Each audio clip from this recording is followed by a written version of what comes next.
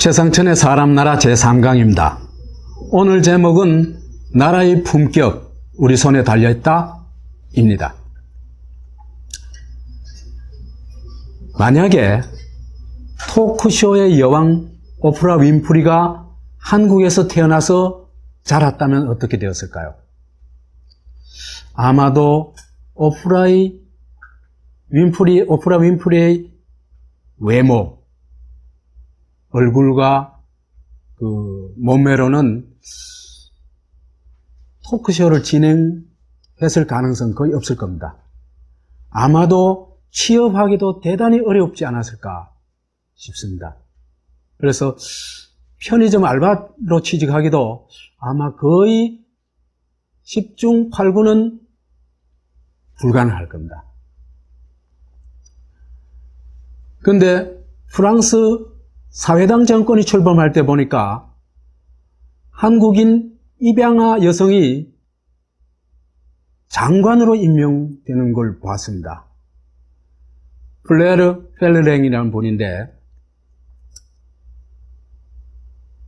이분 역시 한국에서 과원을 전전하면서 살았다면은 한국인의 그 일반적인 과정으로 볼 때는 장관이 되었을 가능성보다 장관집 가정부로도 취업하기가 어렵지 않았을까 하는 그런 생각이 듭니다. 이런 경우는 수없이 많습니다. 한국에서는 거의 버림받았지만은 어떻게 참 입양을 가가지고 자기의 능력을 마음껏 발휘해가지고 그 분야에서 최고의 실력을 발휘하는 그런 분들이 참 많습니다. 이렇게 볼 것 같으면은 어떤 나라에 태어났냐에 따라 가지고 운명이 완전히 바뀐다고 할 수 있습니다. 박정희도 그런 예 중에 하나입니다. 박정희가 만약에 프랑스에서 태어나 가지고 히틀러에게 충성혈서를 쓰고 나치 장교가 되었다면 어떻게 되었을까? 그는 99% 총살되었을 겁니다. 또 한번 생각해 봅시다. 송파 산모녀가 자기의 낼 돈을 다 내고 자살을 했죠. 만약에 이분들이 복지가 잘 된 나라, 예컨대 스웨덴이나 노르웨이나 이런 나라에 태어났다면 어떻게 되었을까? 아마도 일생 동안 거의 아무런 걱정 없이 살 수 있었을 겁니다. 이분들의 죄가 뭡니까? 조국을 잘못하고 태어난 것이라고 얘기할 수밖에 없습니다. 이렇게 본다고 할 것 같으면은 나라의 품격이 인생을 좌우한다 이렇게 볼 수 있습니다. 왜 그러냐? 사람은 그죠? 주어진 환경에 적응해서 사는 존재입니다. 물론 환경의 적응력은 사람이 빼어납니다만은 주어진 환경을 벗어나서 사는 건 정말 고난의 길입니다. 이건 아마도 인구 중에서 자기한테 주어진 환경을 거부하고 벗어나고 대결해서 이걸 이겨낼 수 있는 사람은 1%도 절대 안 됩니다. 만에 하나 정도 있을까 말까 그렇게 얘기할 수 있습니다. 그런 면에서 볼 때 오늘날의 국가란 것은 우리의 삶에 있어서 압도적으로 중요한 삶의 환경이다 이래 볼 수 있습니다. 그래서 국가는 법과 제도, 시스템의 총체라고 얘기할 수 있습니다. 그래서 그 국가의 성격에 따라서 전혀 다른 삶이 될 수밖에 없습니다. 자본주의 국가에 살면은 자본주의적 경쟁 시스템에서 벗어나거나 이게 잘 적응하지 못하면은 도태되죠. 그렇죠. 그죠? 그 다음에 종교국가에서 태어나서 종교를 거부하면은 견딜 수가 없겠죠. 마찬가지로 민주복지국가에 태어난다고 할 것 같으면은 성실히 일하는 정도만 해도 충분히 여유있게, 자유롭게, 행복하게 살 수 있을 것 같습니다. 이렇게 볼 것 같으면은 나라가 바뀌면은 나뿐만 아니라 내 자손의 운명까지도 바뀔 수 있다. 이래 얘기할 수 있습니다.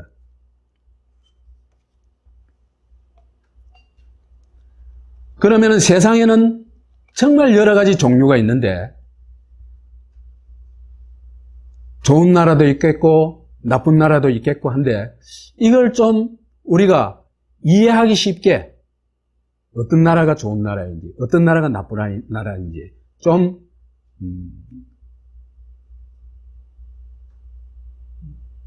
탐구해 볼 필요가 있을 것 같습니다. 그래서 제가 나눠본 거로는 짐승 이하로 사는 나라, 또 하나는 짐승처럼 사는 나라, 그 다음에 또 하나는 사람답게 사는 나라, 이렇게 세 가지로 나눠봤습니다. 짐승 이하로 사는 나라는요, 독재국가에서는 사람이 사람답게 살 수가 없습니다. 짐승 이하로 살 수밖에 없습니다. 그런데 세계의 독재국가들을 쭉 보면요, 그 동양권이 아주 특별한 게 있어요. 예를 들면 독일의 이 독재의 대명사라고 할 수 있는 독일의 히틀러 독재도 12년밖에 안 됩니다. 그 다음에 굉장히 길다고 느껴지는 소련의 스탈린 독재도 29년 독재입니다. 그런데 중국은 1949년 이래로 지금까지 66년째 개인 독재 내지 일당 독재를 계속하고 있습니다. 그 다음에 남한은, 한국은 이승만, 박정희, 전두환 해가지고 37년 동안 독재를 했습니다. 그런데 참 우리 알다시피 민주화운동을 통해 가지고 여기서 우리가 겨우 빠져나왔습니다. 그런데 북한은 1948년 건국 이래로 지금까지 67년 동안 3대를 이어가면서 독재를 하고 있습니다. 이건 아마도 세계 신기록이 아닐까 싶습니다. 이런 건 좀 우리가 탐구를 해봐야 될 것 같습니다. 한국이 왜 이렇게 장기 독재에 빠져 있느냐? 동양권이 왜 이래 독재에 대한 저항운동이 그렇게 제대로 일어나지 않고 독재 체제가 잘 무너지지 않냐? 이런 것도 우리가 많이 좀 탐구를 해봐야 될 것 같습니다만은 이 짧은 시간에 이걸 얘기하기는 참 어렵습니다. 아무튼 인간 이하로 사는 나라를 두 개의 형태를 볼 수 있는데, 하나는 사람을 아무렇지 않게 죽이는 학살의 국가라고 얘기를 할 수 있습니다. 이 어떤 사람을 죽이냐? 잠재적인 비판 세력, 저항 세력, 경쟁 세력 뿐만 아니라 자기들이 정해놓은 일방적인 룰에 맞지 않는 사람들, 예를 들어서 독일 같은 경우는 장애인도 죽여버립니다. 그래서 이제 이런 경우에는 이 사람을 무슨 사냥하듯이 죽여요. 전번에 그 SBS 그것이 알고 싶다에는 프로그램에서도 이제 여기 가까운 경산 코발트 광산의 이 처형, 사람 죽이는 장면이 재현됐죠. 거기 보니까 사람을 줄을 쭉 묶어 놔놓고 총을 드르륵 몇 발 쏘니까 한 사람이 떨어지니까 주르륵 딸려가지고 떨어집니다. 이런 식으로 무슨 놀이하듯이, 사냥하듯이 즐기고 있다는 겁니다. 이런 정도 되면은 그 학살하는 사람이나 학살당한 사람이나 짐승 이하로 대접받는 게, 짐승 이하의 행동이고 짐승 이하로 대접받는 게 아니냐 하는 생각이 듭니다. 초원의 짐승들은요, 자유를 누리거든요. 근데 여기에는 자유를커녕 권력이 입맛이 안 들면은 언제든지 죽임을 당할 수 있고, 그것도 너무나 처참하게 죽임을 당할 수 있다는 겁니다.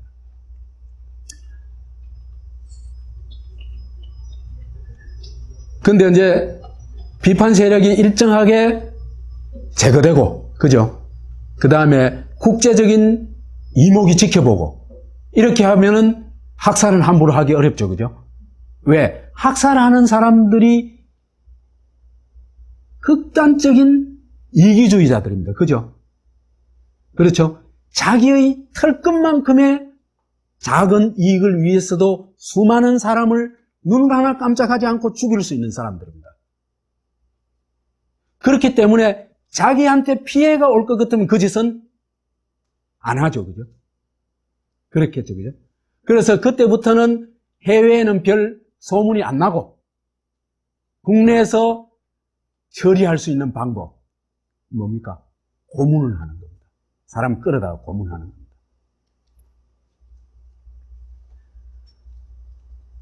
그래서 이제 대드는 사람뿐만 아니라 비판하는 사람, 대꾸하는 사람, 삐딱하게 보이는 사람, 금지곡 부르는 사람, 그 다음에 또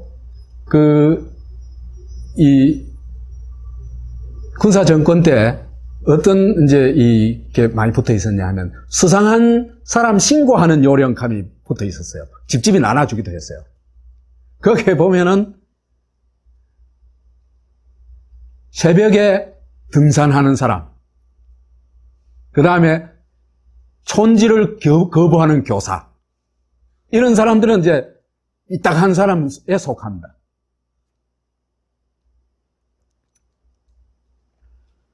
그래서 이런 고문이 일반화되고 횡행하는 나라에서는 내 운명은 누구한테 달려 있습니까? 주인한테 달려 있습니다. 그죠? 독재자한테 달려 있습니다. 나는 내 주인이 아닙니다. 이런 나라에서는 사람이 짐승 이하로 전락하게 되어 있습니다. 어떻게 전락합니까? 권력은 맹수다? 아닙니다. 맹수는요, 지 먹이를 잡아먹고 배를 채우면요, 한참 동안 더 안 잡아먹어요. 악행을 더 하지 않습니다. 뭐 악행이라고 할 수는 없지만 여하튼 당하는 입장에서는 그래 얘기할 수 있겠죠. 그죠? 근데 이거는 온갖 악행들이 일상화하게 됩니다.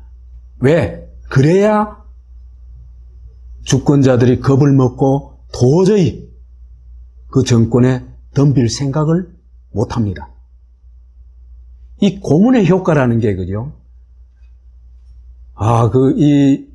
우리, 그죠? 시골에 살아서 알거든요. 시골에 살 때 밤에 늑대 소리가 들려요. 우리 어렸을 때. 그 늑대 소리가 주는 공포감은요, 굉장히 큰 겁니다. 그래, 오줌누러 못 가는 거예요. 그래서 이제 직접 으르렁대는 것보다 멀리서 들려오는 그런 어떤 공포의 소리가, 그죠? 사람을 끝없이 무기력하게 만들어버려요. 완전 무장해제 시켜버립니다. 그래서 이 고문의 효과라는 건 굉장히 큽니다. 그래서 국가에서 그제 고문을 하고도 그걸 고문 안 했다 소리를 안 하고 고문한 소문을 흘려요. 흘리면 감히 도전할 생각을 못합니다. 설사 생각이 좀 있더라도 못합니다.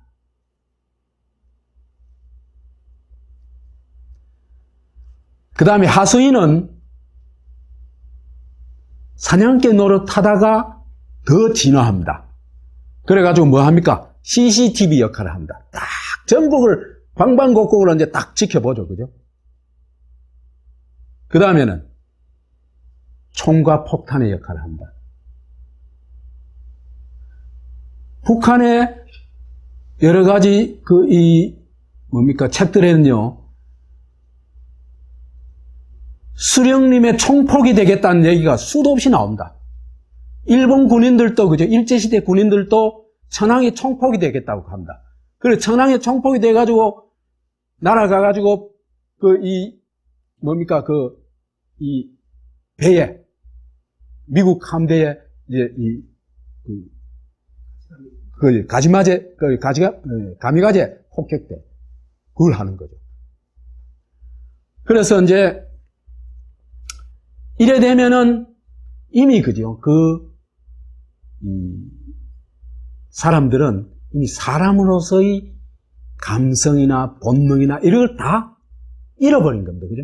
본능을 가진 사람이 어떻게 그래야 하겠어요? 그죠? 본능은 뭡니까? 살고 싶은 거죠. 그죠? 그러니까 인간의 본능마저도 제거해버린다. 이게 무서운 겁니다. 그 다음에 이제 이래 되면 보통 사람들은 뭡니까? 양떼가 된다? 아닙니다. 로봇이 됩니다. 그 체제가 심어주는 프로그램대로 행동하게 됩니다. 그 프로그램 벗어나면 어떻게 됩니까? 바로 처벌하게 됩니다. 이게 짐승 이하로 사는 사회다. 그래서 인간이 감성과 이성을 가진 인간이 동물이 되었다가 그 동물로서도 존재하지 못하고 말하자면 동물로서의 살고 싶은 욕망이 있잖아요. 그죠? 생존 욕망 이것도 제거되어 버리고 거의 로봇 수준의 기계로 되어 버린다. 이게 체제가 만들어낸 인간의 모습입니다. 그리고 우리도 그런 시대를 살아왔고요.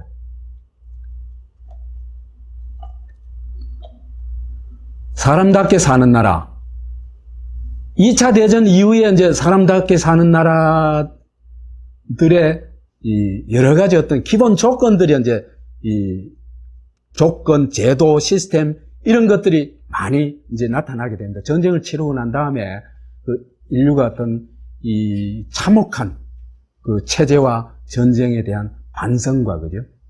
그걸 넘어서기 위한 노력들이 나타나는데 이 좋은 나라의 필수 조건은 민주주의입니다.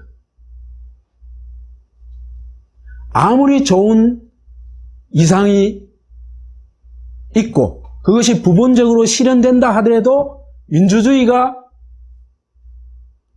없으면은 그 사회는 인간을 비인간화할 수밖에 없습니다. 왜 그러냐? 민주주의는 뭡니까? 개인을 하나의 인격 주체로 인정하는 시스템입니다. 그 사람이 사실은 인격이 있든 없든 나쁜 놈이든 착한 놈이든 무슨 종교를 믿든 관계없이 있는 그대로의 사람을 인격 주체로 인정한다는 겁니다. 이게 대단히 중요한 민주주의 출발점입니다. 그래서 이렇게 됐을 때 개인이 존중받을 수 있거든요. 개인이 국가의 나사못이 안 되고 국가에서 마음대로 처분할 수 있는 존재가 아니고 자기의 의지에 따라서 살 수 있는 존재가 되어가거든요. 여하튼 이 민주주의가 기본 조건이다. 이런 얘기를 할 수 있습니다. 그런데 민주주의만 가지고는 불충분해요. 왜? 사람이 개인으로 존중받더라도 먹고 살아야 되고, 그죠? 교육도 받아야 되고, 여러 가지 어떤 필요한 것들이 많습니다. 그죠? 그래서 인간이 인간답게 사는데 필요한 공동체적인 공존의 토대가 어느 정도 마련되어 있느냐. 그게 마련되어 있다면은 인간답게 사는 사회이고, 그게 없다면은 설사 민주주의가 어느 정도 실현된다 하더라도 비참하게 사는 사람들이 수없이 많을 수밖에 없습니다. 우리 사회 그렇죠. 그래서 이 충분 조건은 이런 공존의 토대가 좀 굳건한 나라다. 이런 얘기를 할 수 있습니다. 그리고 또 하나, 이제 이 민주주의와 공존의 토대, 이거 못지않게 또 중요한 것이 교육입니다. 사람은 일정한 교육 과정을 거치지 않으면요, 거의 짐승 수준이라고 얘기를 할 수 있습니다. 그런 걸 이제 입증하는 게 어릴 때, 갓난아이 때 버려진 아이들 있잖아요. 그죠? 거의 늑대 수준이거든요. 키워준 짐승하고 거의 비슷하거든요. 인간으로 진화를 하지를 못한다. 말도 못하고, 심성도 없고, 어떤 판단력도 없고, 그러다가 보통 12, 3살 되면 죽어요. 못 살아요. 그 인간화의 과정이라는 거는 그죠? 가정의 보살핌과 교육과 이런 과정이 반드시 있어야 됩니다. 그래서 좋은 나라에, 사람답게 사는 나라의 또 하나의 그 중요한 조건이 제대로 된 교육 시스템을 가지고 있는 거다. 이런 얘기를 할 수 있습니다. 이렇게 본다면은 내 개인이 어떻게 잘 사는 것도 물론 중요합니다. 그러나 좀 더 넓게 볼 것 같으면 좋은 나라를 만드는 것, 이것이 최고의 사업이다. 이렇게 얘기를 할 수 있습니다.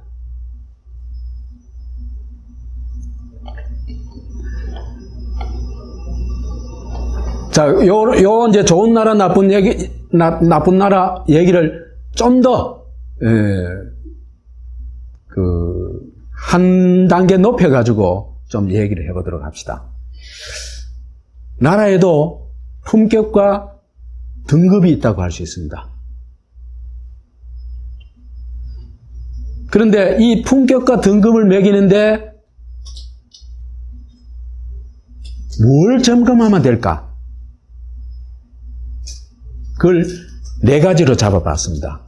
하나는 3가지 공존 기반. 우리가 공존의 기반을 얼마나 가지고 있냐? 먹고 먹히기 이래 되면은 그 사회는 오래 못 견디겠죠. 그죠? 먹고 먹히게 되면.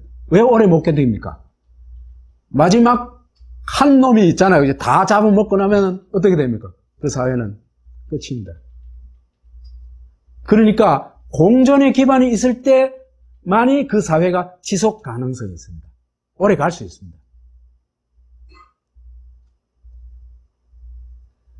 그렇게 봤을 때 정치 영역에서의 공존의 기반은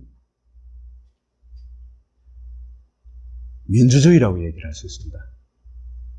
우선 사람들 개개인이 주권자로서 그죠? 권리를 가진 권리 주체가 되는 겁니다. 그래서 주권자 공존. 그 다음에 어떤 정치 이념들이 그죠? 자유롭게 자기 정치 이념을 구현하고 실현할 수 있도록 하는. 그래서 좌우가 공존하는 민주주의. 이렇게 될 때야 언제는 서로 상대방을 어떻게 합니까? 인정하죠. 그죠? 그 다음에 상대방을 존중하게 되겠죠. 그래서 인정과 존중의 문화, 시스템이 짜지는 게 바로 민주주의라고 얘기를 할 수 있습니다. 그런데 이렇게 볼 때 사실 민주주의가 제대로 실현되는 나라는 그리 많지를 않습니다. 몇 가지를 볼 것 같으면요. 아직도 왕국, 독재자의 나라, 한 사람의 나라에서 못 벗어난 나라들이 제법 많습니다. 이건 아까 우리 얘기를 했으니까 요 정도로 얘기하고, 그 다음에 껍데기는 민주주의를 해나가는데 민주주의를 제대로 할 수 있는 사회 구조가 안 되는 경우가 있어요. 예를 들면은 이 동네에 논이 10마지기가 있는데 10사람이 사는데 한 사람이 10마지기를 다 가지고 있다. 그럼 민주주의 할 수 있겠어요? 불가능합니다. 왜 그러냐? 그 9사람은 이 한 사람한테 어떻게 예속될 수밖에 없겠죠. 그죠? 기댈 수밖에 없고. 그렇죠. 그죠? 그럼 이건 민주주의 불가능한 겁니다. 그러니까 껍데기가 민주주의라도 속이 소수가 독점하고 있으면은 그건 민주주의가 제대로 될 수가 없다는 겁니다. 그럴 경우에는 형식만 민주주의, 그죠? 선거만 하는 겁니다. 그 다음에 1% 독점 그룹이 사실은 그 나라의 부와 권력을 사실상은 다 차지하고 있습니다. 그래서 우리나라도 그래 얘기할 수 있죠. 대체로 정권 잡은 사람들 보면 있잖아요. 그죠? 농민 출신 정권 그 국회의원 몇이 됩니까? 옛날에 그래도 민주노동당 할 때는 간혹 있었어요. 그죠? 지금은 없어요. 아예. 노동자 출신, 정교조 출신 한 사람이 있다 그지만은 그것도 아주 뭡니까? 비례대표로, 그죠? 한 사람 들어가 있는 정도고. 지금, 그죠? 여야를 막론하고 법조, 언론, 지식인 이 사람들이, 그죠? 그 다음에 있는 사람들이 거의 다 차지하고 있습니다.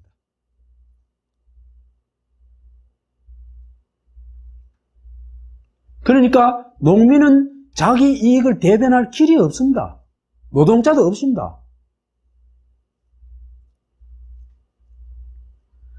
그래 되다 보니까 이 사회가 어떻게 됩니까?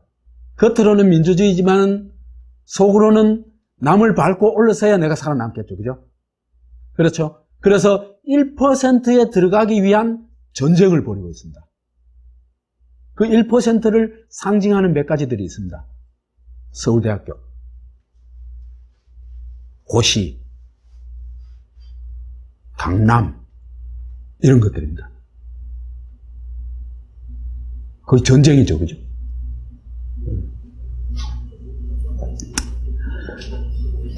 그나마 우리 사회를 예를 들 것 같으면은 이런 가운데서도 이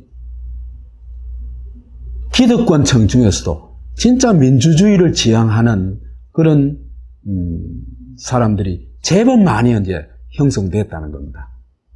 민변 대표적으로 이제 민변을 꼽을 수 있는데 민변이 그 회원이 1000명이 넘었다고 그러죠. 제법 이제 많이 커졌습니다. 여하튼 민변, 민교협, 전교조, 민주노총, 그 다음에 요즘 여러 탐사 언론들이 있죠, 그죠? 이제 대표적으로 이제 뉴스타파 같은 걸 꼽을 수 있는데 이런 말하자면 기득권층에 충분히 들어갈 수 있으면서도 그 기득권 편이라기보다는 한국 사회 민주주의와 제대로 된 분배를 위해 가지고 노력하는 세력들이 지금은 이제는 제법 생겼다. 이것만 해도 우리가 큰 자산이다. 이렇게 얘기를 할 수 있습니다.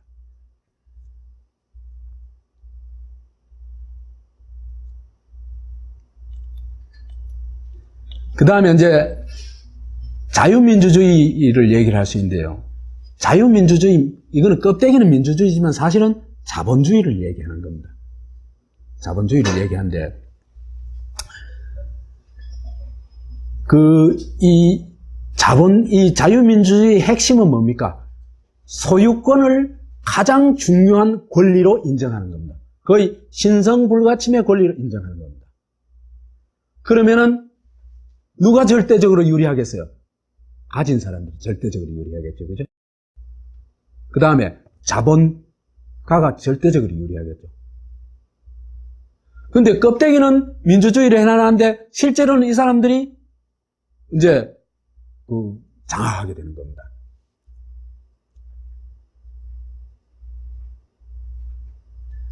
그래서 이제 이럴 경우에는요, 아까 한 사람의 국가가, 한 사람의 국가가 있고, 그죠? 1%의 국가가 있었잖아, 그죠? 이제는 요거는 한 10% 내지 한 30%까지 포괄할 수가 있습니다. 30%라는 건 뭐냐 하면은 자유민주주의 국가 체제라고 하더라도 노동자의 권리를 얼마나 인정하느냐에 따라서 차이가 많이 납니다. 그 노동자의 권리를 광범하게 인정할 것 같으면 노동자들이 저렇게 당하고만 있지는 않겠죠. 그러면 노동자들한테 제대로 된 분배를 해야 되고, 그죠? 그러면 노동자들도 나름대로의 권리와 부를 어느 정도는 나눠 가질 수 있습니다.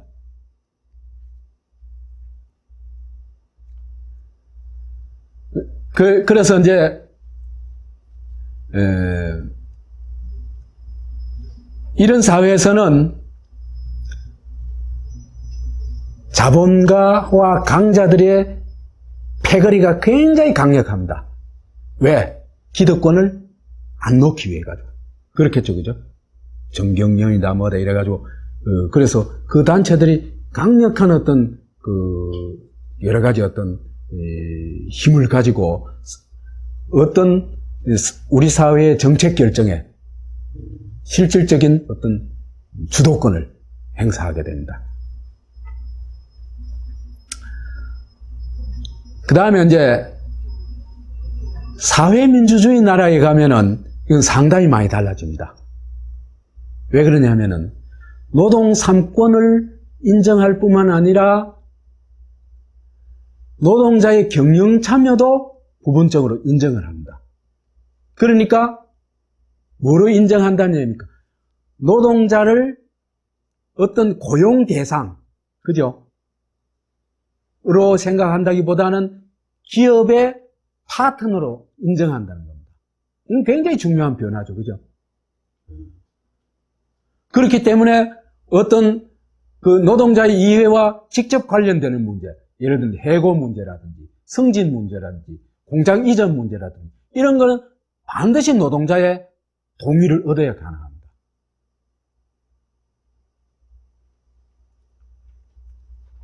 그래서 이제 이런 사회민주주의 국가에 가게 되면은 자유권보다는 자유권 또는 소유권 이런 것보다는 인권, 노동권이 훨씬 중요하겠죠, 그죠? 더 중요하겠죠. 뿐만 아니라 인간답게 사는데 필요한 여러 가지 어떤 복지 시스템을 갖추고 있기 때문에 여기에서는 교육권, 환경권 이런 것도 보장이 됩니다.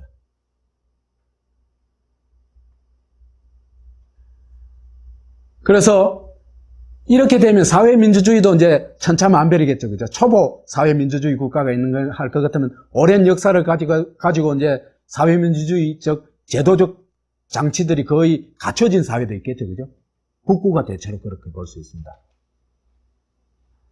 그래서 이제 이런 나라들은 이제 이 최소한 50% 인구, 많게는 한 90% 인구까지 포괄을 합니다. 그렇지만 여전히 여기에도 비정규직 문제 이런 게 부분적으로는 있어요. 그 다음에 알코올 중독자 여하튼 이런 한 사회에서 적응하지 못하는 있잖아요, 그죠? 그런 세력들이 상당히 있다 그러더라고요.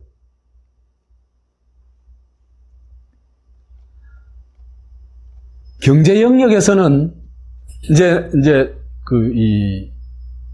경제 영역에서는 제일 중요한 게 노동자와 자본가가 공존할 수 있는 시장 경제냐 하는 겁니다. 이것도 그죠? 볼 것 같으면은 천차만별이죠, 그죠? 이 공산주의 국가는 어떻습니까? 소위 국유제고 계획경제죠, 그죠? 지금은 이제 조금씩 나라마다 차이가 좀 있습니다만은 이거는 뭡니까? 경제에 대한 결정을 누가 다 한다는 얘기입니까? 국가가 다 해버린다는 얘기입니다. 그죠? 그럼 딴 사람들은 결정권이 없다는 얘기죠. 그렇죠? 이런 경우에는 대체로 한 한 20년 동안 경제 성장이 굉장히 잘 됩니다. 근데 20년 넘어가면요, 그 경제 체제는 무너져요. 못 견뎌요. 왜 못 견디냐 하면은, 사람들은 그죠? 자기가 계획하고 자기 결정권을 가질 때 비로소 그죠? 거기에 귀속감을 가지고 그곳이 내 직장이고 내 집이고 나의 것이라고 생각하고 그죠? 열정을 가져요. 그런데 이렇게 국가에서 다 결정해가지고 로봇을 부리듯이 하면은 사람의 열정은요, 얼마 못 가서 쉽게 돼 있어요.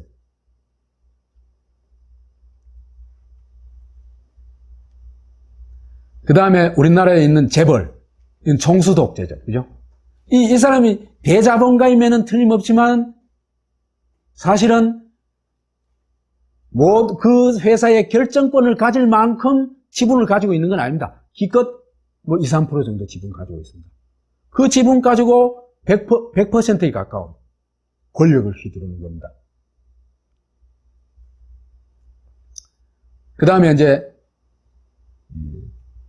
자본 독재, 자유시장 경제라는 게 그것인데, 여기에는 자본 독재는 이제 자유시장 경제인데 노동권은 별로 보장이 안 된 나라 있죠, 그죠? 그 이제 후진국들이 여기 많이 속합니다. 그 다음에 자유시장 경제이면서도 노동 3권이 상당히 보장되는 사회. 그런 사회에서는 이제 자본주의라 하더라도 좀 그 노동자들도 발언을 할 수도 있고 어느 정도 분배를 받을 수도 있고 이래가지고 인간의 얼굴을 한 자본주의다. 이렇게 얘기를 할 수 있습니다. 그 다음에 사회적 시장 경제 하면 아까 얘기했죠, 그죠? 이거는 노사가 공존하는 시스템이죠. 그래서 경제 영역에서 노자가 공존하는 시스템을 실현한 거는 지금 현재는 사회적 시장 경제 뿐이다. 그 다음에 이제 자유시장을 하면서도 노동 3권을 제대로 보장하고 있는 나라 정도인데 이게 그리 많은 나라는 아닙니다. 이제 정치적으로 민주주의, 경제적으로 그 노자가 공존하는 시스템, 그 다음에 사회적으로는 빈부가 공존할 수 있는 시스템을 갖춰져야 괜찮은 나라라고 할 수 있습니다. 그런데 우리나라는 어떻게 됩니까? 거의 모든 비용을 가계가 부담하죠. 그죠? 그래가지고 가족 보장 시스템이라고 얘기를 할 수 있습니다. 고작 중학교까지 무상교육이 되는 수준이죠. 이래 되면은 나의 운명은 누구한테 달려있냐? 어떤 집안에서 태어났냐? 그거죠, 그죠? 그래서 이런 얘기를 합니다. 3대 조건이 첫째, 할아버지의 재력, 둘째, 아버지의 벌이, 셋째, 엄마의 정보력. 그죠? 이 세 가지를 타고나야 1%에 들어갈 수 있는 가능성이 있습니다. 안 타고나면요, 거의 불가능합니다. 왜 그러냐면, 한 사람이 뭔가 자기 실현을 하는데, 뭔가 괜찮은 직장을 얻는 데까지도, 그죠? 너무나 많은 비용이 들어요. 그래서 가난한 집에서는 이거 감당하기 어려워요. 그 다음에, 그 자유민주주의 국가에서는 소위 최소복지를 하고 있죠. 그래서 이제 이 미국과 일본 같은 나라입니다. 그 다음에 복지는 잘 되어 있지만은 권리는 별로 없는 그런 시스템도 있습니다. 이게 이제 사회주의 국가들이 이런데, 예를 들면 의료 같은 경우에 쿠바 같은 것도 상당히 잘 되어 있거든요. 그렇지만 대기 낙후해 있고, 또 하나는 거기에 접근할 수 있는 권리가, 그죠? 여러 가지 복지 제도에 접근할 수 있는 내 선택권이나 이런 게 거의 없습니다.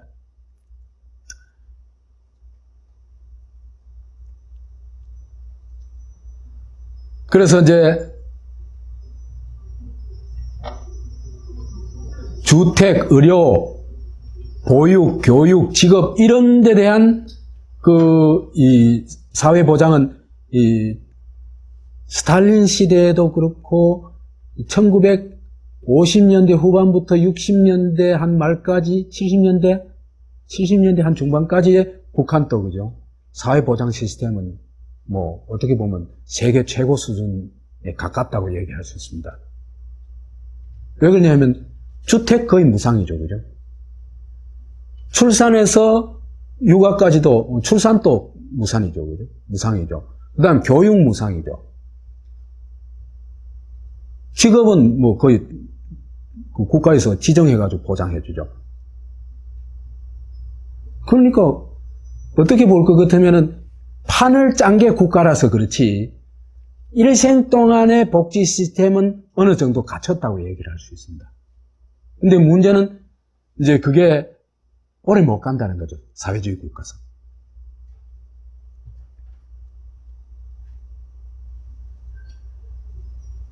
그래서 이제 예를 들면요. 이런 게 보장되는 반면에 직장에서 권리, 노동자들의 권리는요. 거의 꽝입니다. 노동조합 결성할 수가 없습니다. 있다 하더라도 그건 전부 의용노조입니다. 그래서 스탈린 시대에 있잖아요. 그죠? 고기 있잖아요. 그죠? 고기, 생선 한 판 훔쳤다가 시베리아로 몇 년씩 유형을 가고 이래요. 가혹합니다.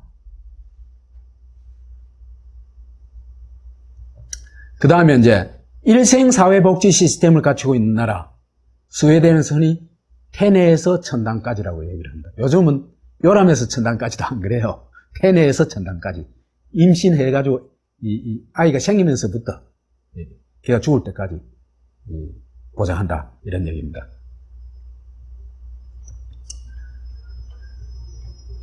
이 교육에 있어서도 그죠? 나라별로 굉장히 차이가 납니다. 제일 나쁜 교육이 뭡니까? 세뇌 교육입니다. 이게 어떤 종교의 교리나 이런 것들을 어릴 때부터 일방적으로 주입하는 겁니다. 지금 이슬람에서도 거의 그렇게 합니다. 이게 서양 중세에서 그래 했죠, 그죠? 그래서 이렇게 되면요, 이 세뇌를 하는데 몇 가지 세뇌를 하냐면은 첫째 머리를 종교의 논리로 다 채워줘, 그죠? 종교의 언어, 종교의 논으로 다 채워버립니다. 그러면 언어가 그죠? 종교 언어가 돼버리면은 사회적인 언어로 바꾸기가 거의 어렵습니다. 그러니까 종교의 노예가 될 수밖에 없습니다. 그 다음 또 하나는 종교나 국가는 마찬가지인데요. 의례를 만들어 놔놓고 그 의례를 무조건적으로 하게 만듭니다. 그러면은 몸에 배어버려요. 그럼 못 빠져나옵니다.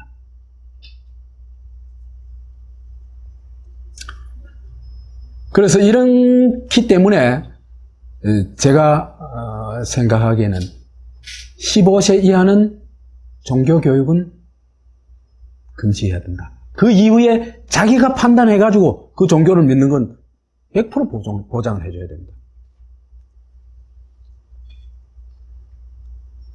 그 다음에 이 주입교육, 이것도 비슷한데요.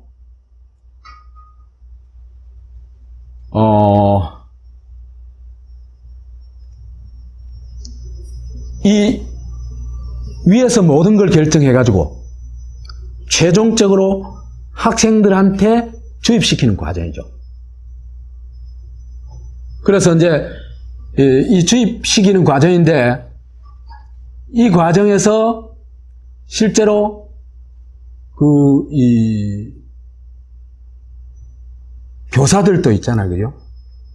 봉급을 받고 그 다음에 이 교직의 안정성이 보장되는 반면에 국가의 녹음기 역할을 해야 돼요. 왜? 그 교과 과정을 벗어나가지고 얘기하면 진도 안 나간다고 학생들이 우선 얘기를 합니다. 그러면서 교사들은 일종의 간수 역할까지 합니다. 학생들이 거기를 못 벗어나도록. 그죠? 그러면 학생들은 어떻게 됩니까? 죄수가 되는 거죠. 죄수가 돼가지고 우리 군에 가면 그죠? 내무반에서 이제 이 점호할 때마다 군인 정신 하면 막 외우는 거 있어요. 그거하고 비슷하다고 보면 됩니다.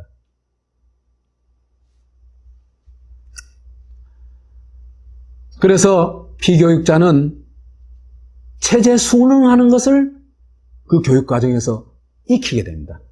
그죠? 그 대표적인 말이 가만히 있으라는 겁니다. 그래서 이번에 가만히 있다고 어떻게 됐습니까? 참 불행하게 됐죠. 그죠? 그 다음에 가만히 있기만 하도록 내버려두면 그래도 괜찮아요. 그죠? 내가 내 방에 가서 자유를 느낄 수 있거든요.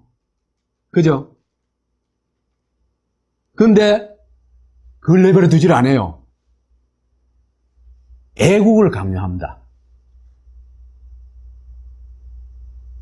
그래서 애국할 수 있는 여러 가지 기제들을, 장치들을, 애국 안 하고 못 빼기는 장치들을 막 엄청나게 만들어놔요. 그죠?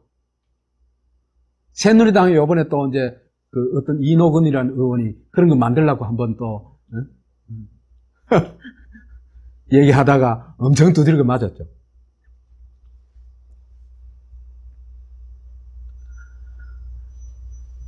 그래서 이제 이렇게 교육이 인격 주체의 성장을 도와주는 것이 아니라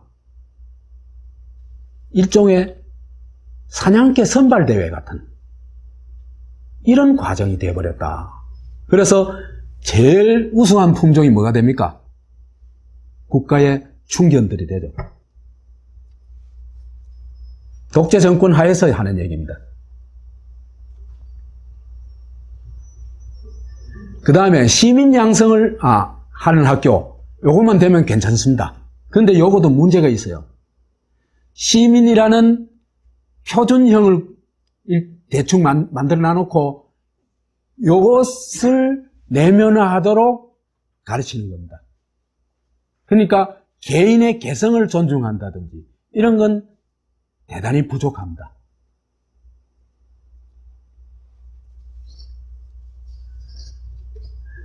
그 다음에 시민 양성을 하면서도 이제는 지식 주입을 하지 않고 지식 생산을 하도록 가르치는 교육이 있을 수 있습니다. 지식 생산을 하려고 하면 어떻게 하면 됩니까? 지식 생산을 하려고 할 것 같으면 첫 번째로 뭘 해야 되겠습니까? 어떤 문제에 대한 문제의식이 있어야 되겠죠. 그렇죠, 그죠? 그 다음에 그걸 주제로 설정할 수 있어야 되겠죠. 교과서에 다 정해놨으면 내가 주제로 설정할 수 있습니까? 없습니까? 불가능하죠, 그죠? 주제로 설정할 수 있어야 됩니다.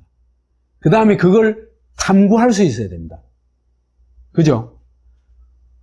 그 탐구한 내용을 일정하게 어떤 체계화해가지고 그걸 실천할 수 있어야 됩니다.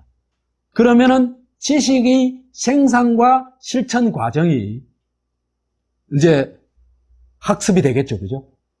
그러려면은 주입된 지식은요, 시험 치고 나면 뭐 해야 됩니까? 까먹보죠, 그죠? 그렇죠, 그죠? 근데 이래 얻은 지식은 평생 내게 됩니다. 뿐만 아니라 내 인격 형성, 나의 삶의 진로에 있어서 대단히 중요한 자산들이 되어야 합니다. 그래서 지식 생산 교육을 어릴 때부터 시키는 건 대단히 중요합니다.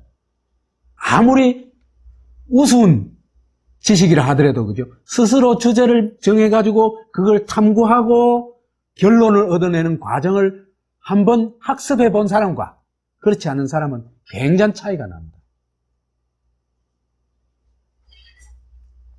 그 다음에 아직은 없지만은 이보다 더 한 걸음 나아가게 되면은 지식 생산 교육뿐만 아니라 어릴 때부터 자기의 인생을 설계해 나가고 만들어 나갈 수 있도록 도와주는 교육 시스템을 만들 수도 있습니다.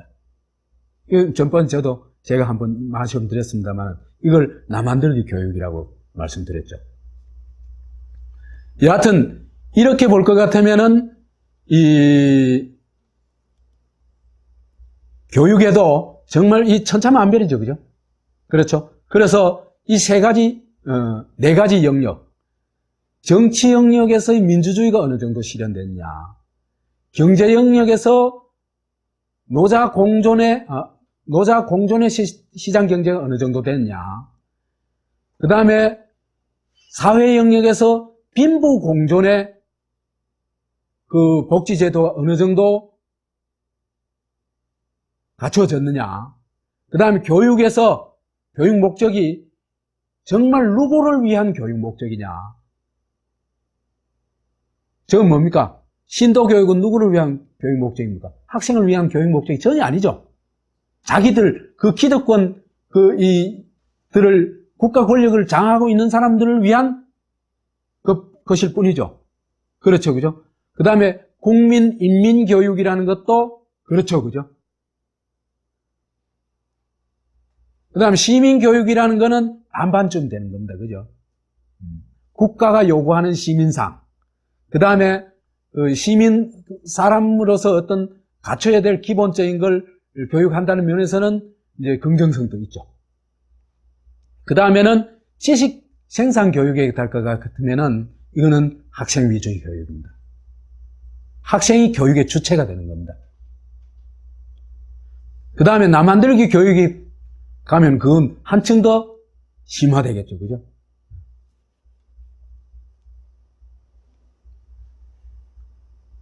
이렇게 봤을 때, 이런 네 가지 영역을 기준으로 봤을 때, 국가의 등급을 몇 가지로 매겨볼 수 있을 것 같습니다. 이거는 순전히 제 의견입니다. 그래서 최상천이 본 국가 등급, 이렇게 봤을 때 A급 국가, 정말 괜찮은 국가가 뭐냐? 저는 독일식 사회민주주의 국가라고 생각을 합니다. 이게 말하자면 민주주의로 끝난 게 아니라 누구나 그 사회의 성원이 되면은 그 사회가 누리는 것을 일반적으로 누릴 수 있는 공동체적인 성격이 대단히 강한 거죠. 그런 민주공화국이라고 볼 수 있습니다. 진정한 의미의 민주공화국이라고 볼 수 있습니다. 그런데 이 민주공화국의 제일 큰 특징이 뭐냐면은 민주주의도 민주주의지만은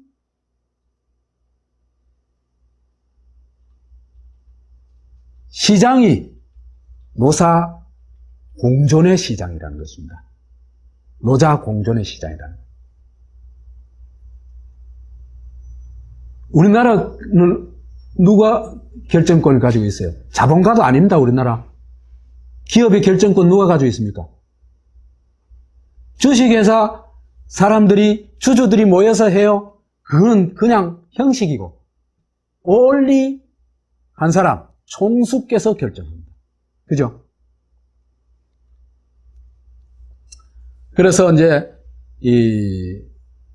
이런 사회는 그야말로 국가도 인권의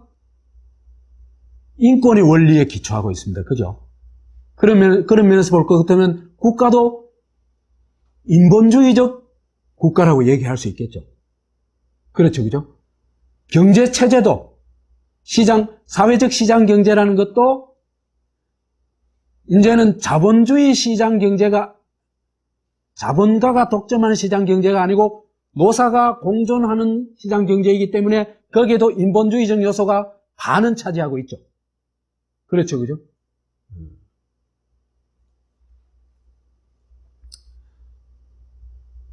그 다음에 일생 사회복지 시스템이 갖춰짐으로써 그 좌우 공존, 노자 공존, 빈부 공존이 실현된 나라다. 이렇게 볼 수 있습니다. 그 다음에 이런 사회이기 때문에 대학 갈 필요 있습니까? 없습니까? 굳이 그 괴로운 공부할 필요가 없습니다. 그죠? 그러니까 대학 진학률이 얼마? 40%밖에 안 되는 겁니다. 우리나라는 대학 안 나오면 사람 취급 못 받으니까 어떻게든지 대학을 가야 됩니다. 그래서 이런 시스템 하에서는 학교가 민주학교가 될 뿐만 아니라 그 인문학과 실용교육을 자기의 선택에 따라 가지고 학습할 수 있는 그런 시스템을 갖춰놔도 초등학교 졸업하면서 바로 학교와 인문학교가 딱 나뉘어버리거든요. 그래도 아무 불만이 없는 겁니다. 그것도 그죠? 내가 선택하는 게 아니고 거의 교사의 결정에 따라요. 교사가 너는 인문학 이쪽보다는 직업학교가 더 맞을 것 같다, 더 나을 것 같다. 그러면 따라요. 거의 이의제의가 없어요. 왜? 사회적으로 이렇게 졸업해가지고 나와도 차별이 거의 없기 때문입니다.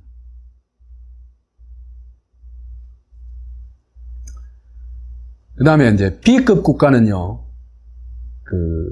우리 흔히 말하는 민주복지 국가입니다. 북구라파식 사회민주주의 국가라고 할 수 있는데, 요게 우리가 말하는 사람답게 사는 나라의 좀 표본쯤 될까? 그렇게 얘기를 할 수 있습니다. 그래서 이제 사회민주주의는 북유럽에서는 굉장히 강고합니다. 스웨덴 3인당이요. 70년 이상 집권했거든. 70몇 년 집권을 했습니다. 그러니까 사회민주주의 체제가 아주 정착을 했겠죠. 그죠? 시스템은 돼 있겠죠.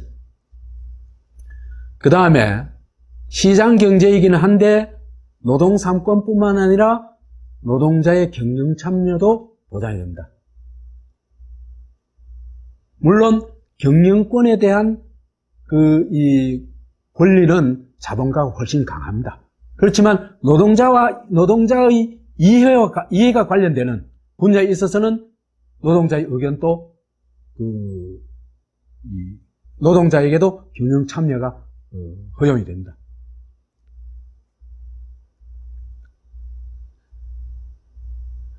그래서 이제 이런 나라에서는 그죠? 대체로 학생들에게 맞는 교육을 해줘요. 일종의 맞춤형 교육이라고. 그러니까 영어를 아주 잘하는 아이한테는 영어 교육을 잘할 수 있는 여튼 높은 수준의 교육을 할 수 있도록 해주고, 또 그 영어 별 취미가 없어, 수학 취미 없어, 이런 아이들은 또 자기 나름대로 영역에서 공부할 수 있도록 해줍니다.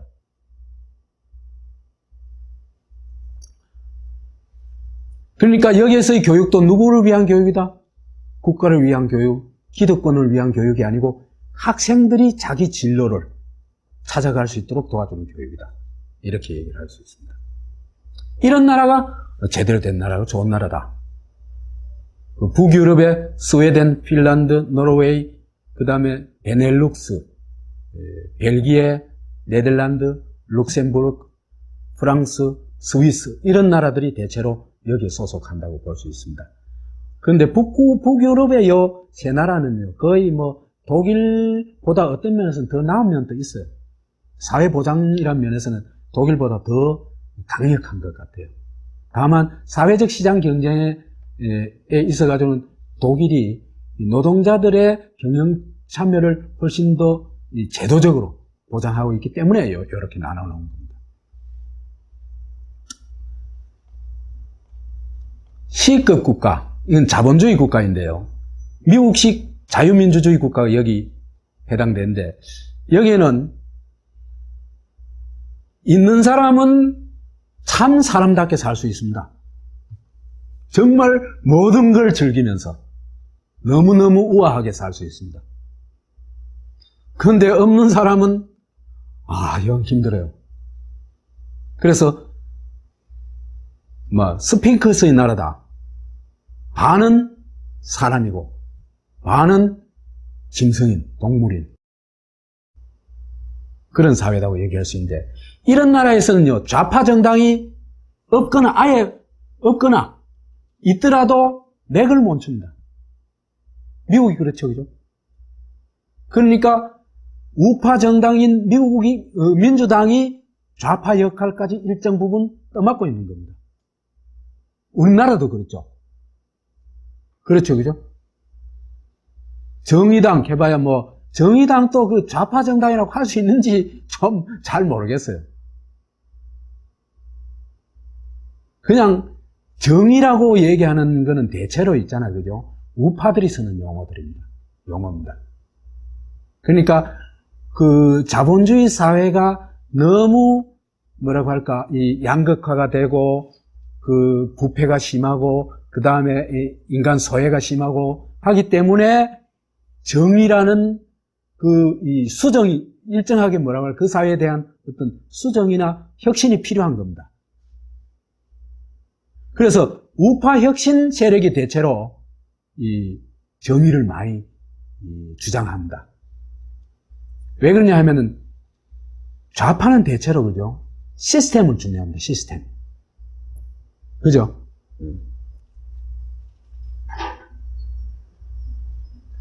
그래서 이런 나라에서는 노동 3권이 보장되더라도 대단히 취약하게, 말하자면 비정규직이 대규모로 있을 수 있고, 그 다음 정리해고도 할 수 있고, 말하자면 그래도 우리나라보다는 훨씬 낫다 그래요, 미국이.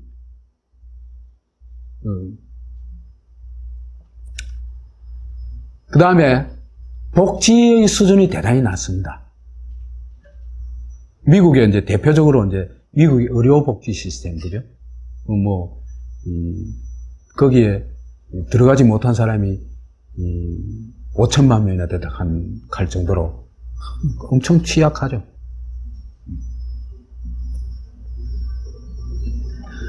그래서 이제 미국, 일본, 김대중 노무현 정권의 10년, 요 시기를 대체로 요 자본주의 국가, 미국식 자유민주주의 국가, C급 국가로 꼽을 수 있을 것 같습니다. 그런데요, 이 자유민주주의 국가는요, 그 새누리당이 입만 열면 자유민주주의, 근데 저 사람들 자유민주주의 세력 전혀 아닙니다. 노동권도 부정한 사람들입니다. 여하튼 그렇더라도 이 자유민주주의 체제는요, 장기 지속이 불가능합니다. 오래 못 갑니다, 이게. 미국은 오래 갈 수 있어요. 왜? 미국이 가지고 있는 군사 패권, 그죠? 그 다음에 달러 패권 가지고 외국을 얼마든지 착취할 수가 있습니다. 그렇기 때문에 그 구조가 유지가 되는 겁니다. 예를 들면요, 미국이 처음 이제 동아시아가 이제 어떤 면에서 미국을 먹여 살렸는데, 그죠? 처음에는 어디가 일본이, 그 다음에 한국이, 그 다음에 중국이 그 저가품이 들어가 가지고 미국의 하층민들을 먹여 살리고 있는 겁니다. 그 저가품이 없으면요, 미국 체제 유지되겠습니까? 유지 못 된다. 무너집니다, 저는. 그런데 우리나라, 일본 같은 나라가 미국 따라가면 되느냐? 못 견딥니다. 그래서 전에 한번 얘기했었죠. 만국 코스로 가게 돼 있다고. 이제 독점도 초독점을 하죠, 그죠? 그 다음에, 그래 되면은 양극화가 심해지겠죠?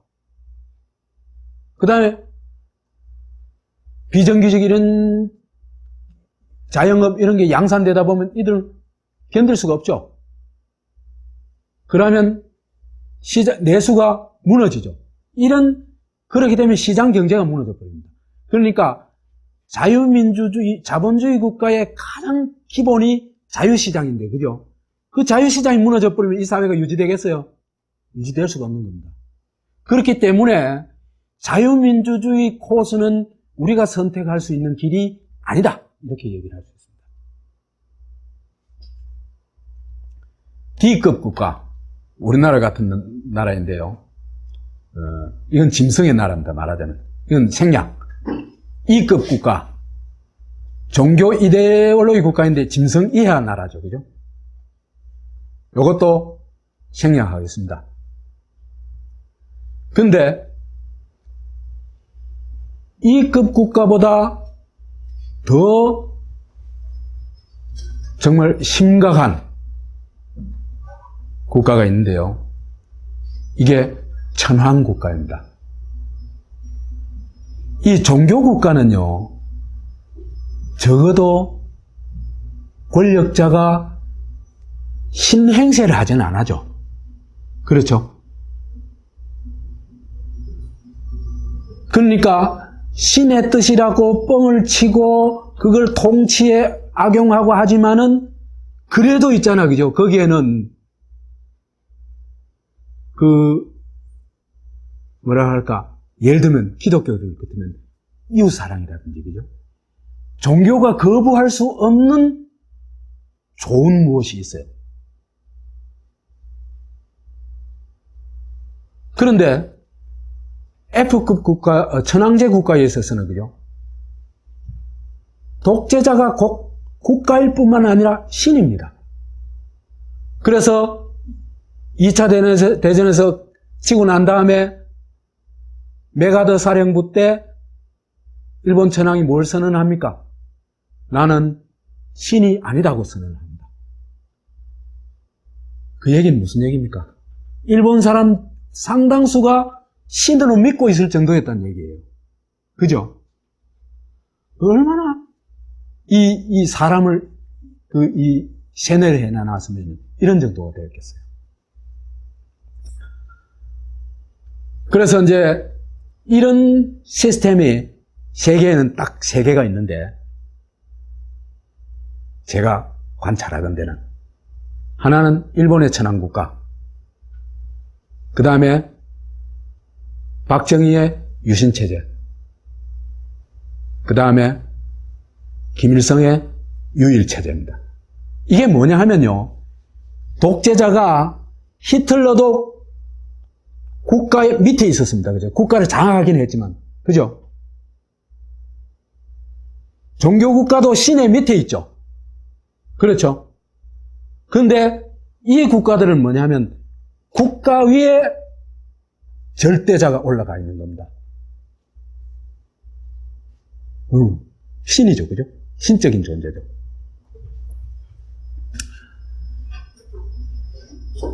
그래서 이게 어떻게 보면은, 굉장히 심각한, 정말, 다른 어떤 체제와도 비교 안 되는, 체제인데, 이 체제에 한번,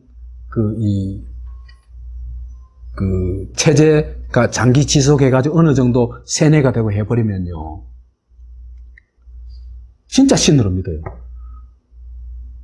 진짜 신으로 믿고, 그때부터는 이거는 갖고 노는 겁니다. 그래서 절대자 국가를 종교화해버리죠. 근데 이 종교화하는데 2가지가 있습니다. 하나는 세뇌를 하는 건데, 그들이 주입하고 싶은 걸 세뇌하죠. 그죠? 그렇죠? 그 세뇌의 핵심은 몇 가지가 있습니다. 핵심은, 하나는 국가를 절대화하죠. 그렇죠, 그죠? 그 다음에 독재자를 전지전능한 사람으로 만들어내죠. 그리고 국가에 충성하면 행복이 온다고 보장합니다. 실제로는 못 가죠. 그래서 세뇌를 이렇게 하고 난 다음에 머리만 세뇌해가지고 개조하는 게 아니고 몸도 개조를 합니다. 사람의 몸을 개조를 합니다. 이게요, 내가 하는 얘기 아닙니다. 북한의 주체사상 총서하고 박정희의 국가와 혁명과 나라는 책에 나오는 내용입니다. 인간 개조를 하겠다고 이 사람들이 선언을 합니다. 아예. 의뢰를 하게 되면요, 그 의뢰가 내면화 되겠죠, 그죠? 그 다음에 무의식화 되겠죠. 그 다음에 체질화 되겠죠. 그 다음에 생리화 되어버립니다. 이런 인간이 되어버려요. 그러면은 눈짓만 쫙 해도, 그죠? 사냥개가 쫙 달려가가지고 어떤 행동을 하듯이 고래하게 되어 있습니다. 그래서 이제 이런 걸 위해서는 일종의 종교를 만들어내는데, 이건 나중에 이제 우리가 깊이 얘기를 합시다. 일본에서 만든 게 천황교라고 얘기를 할 수 있습니다. 그래서 신사참배를 하고 동방요배를 하죠. 또 그 일본 왕궁이 있는데 이 절을 하는 겁니다. 매일. 태극교는 뭘 합니까? 태극기 외대 앞에서 충성맹세하고 국민의례하고, 그죠? 국민의례하고, 그죠? 종교의례하고 똑같습니다. 한번 비교를 해보세요.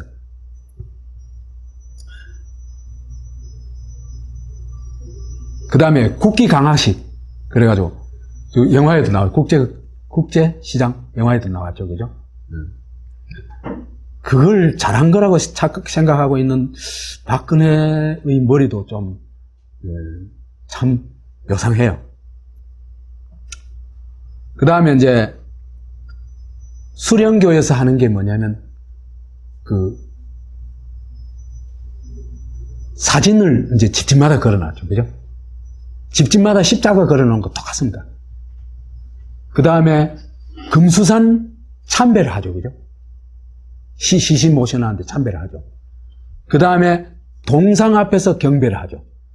똑같습니다.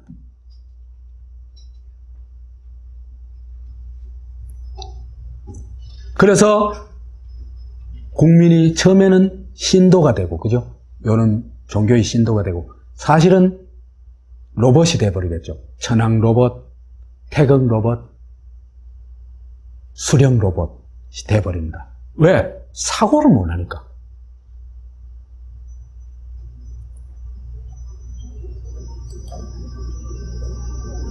이렇게 쭉 볼 것 같으면 한국의 역사가 정말 다이나믹하게 짝이 없습니다. 그죠? 북한은 뭐 다이나믹이 아니라 아예 막 무덤 비슷하죠. 그 체제가 계속되는 거니까. 근데 남쪽 체제는 굉장히 다이나믹합니다. 반공 독재로 갔다가, 그죠? 그 다음에 오카모토 천황이라는 건 박정희를 얘기를 합니다. 박정희 체제, 말하는 천황 체제로 갔다가 또 반공 독재로 갔다가 이제는 이 김대중 노무현 때 자유민주주의 국가로 갔다가 그 다음에 껍데기 민주국가로 가고, 이게 이제 반공 독재로 회귀할 거냐, 아니면 자유민주주의 국가로 갈 거냐, 아니면 보다 높은 수준의 국가로 갈 거냐 하는 거는 우리 손에 달려있다.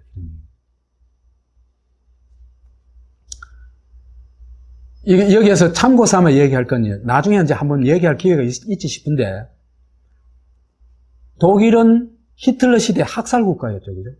1000만 이상을 죽였습니다. 불과 30년 만에, 그죠? 최상급의 국가로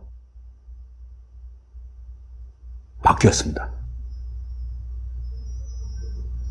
제 눈으로 볼 것 같으면 인류사에서 처음으로 인본 국가로 진입했다, 이렇게 볼 수 있는 거예요. 더 이상 저 자본주의 국가 아닙니다. 그러면은 우리는 정말 대한민국 헌법 1조에 있는 민주공화국, 이걸 만들 수 있을까? 독일처럼. 이게 우리 사람 나라의 공방의 핵심 주제입니다. 핵심 주제이고, 이게 얼마든지 가능하다는 것이 제 주장입니다.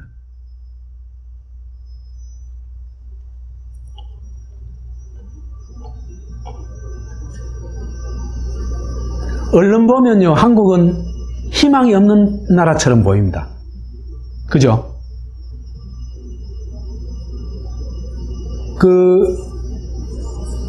인터넷 댓글 같은 거 보면요, 희망이 있다 한 사람, 10,000명씩 인터넷 댓글 올려놨는데, 우리나라 희망이 있다고 댓글 다는 사람은 한 사람도 못 봤어요.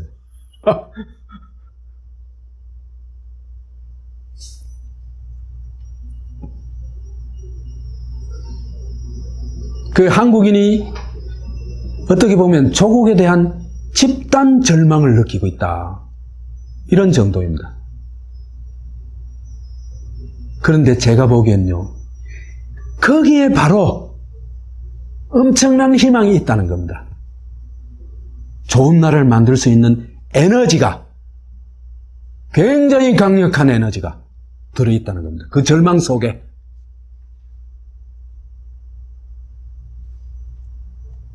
이거는 좀 역사의 눈으로 보고, 단지 현실 속에 일어나는 현상에만 매몰되지 말고, 우리 역사가 어떻게 되어 왔는가를 그 역사의 눈으로 보고, 또 너무 감성적으로 대하지 말고 이성의 눈으로 보면은 그게 보입니다.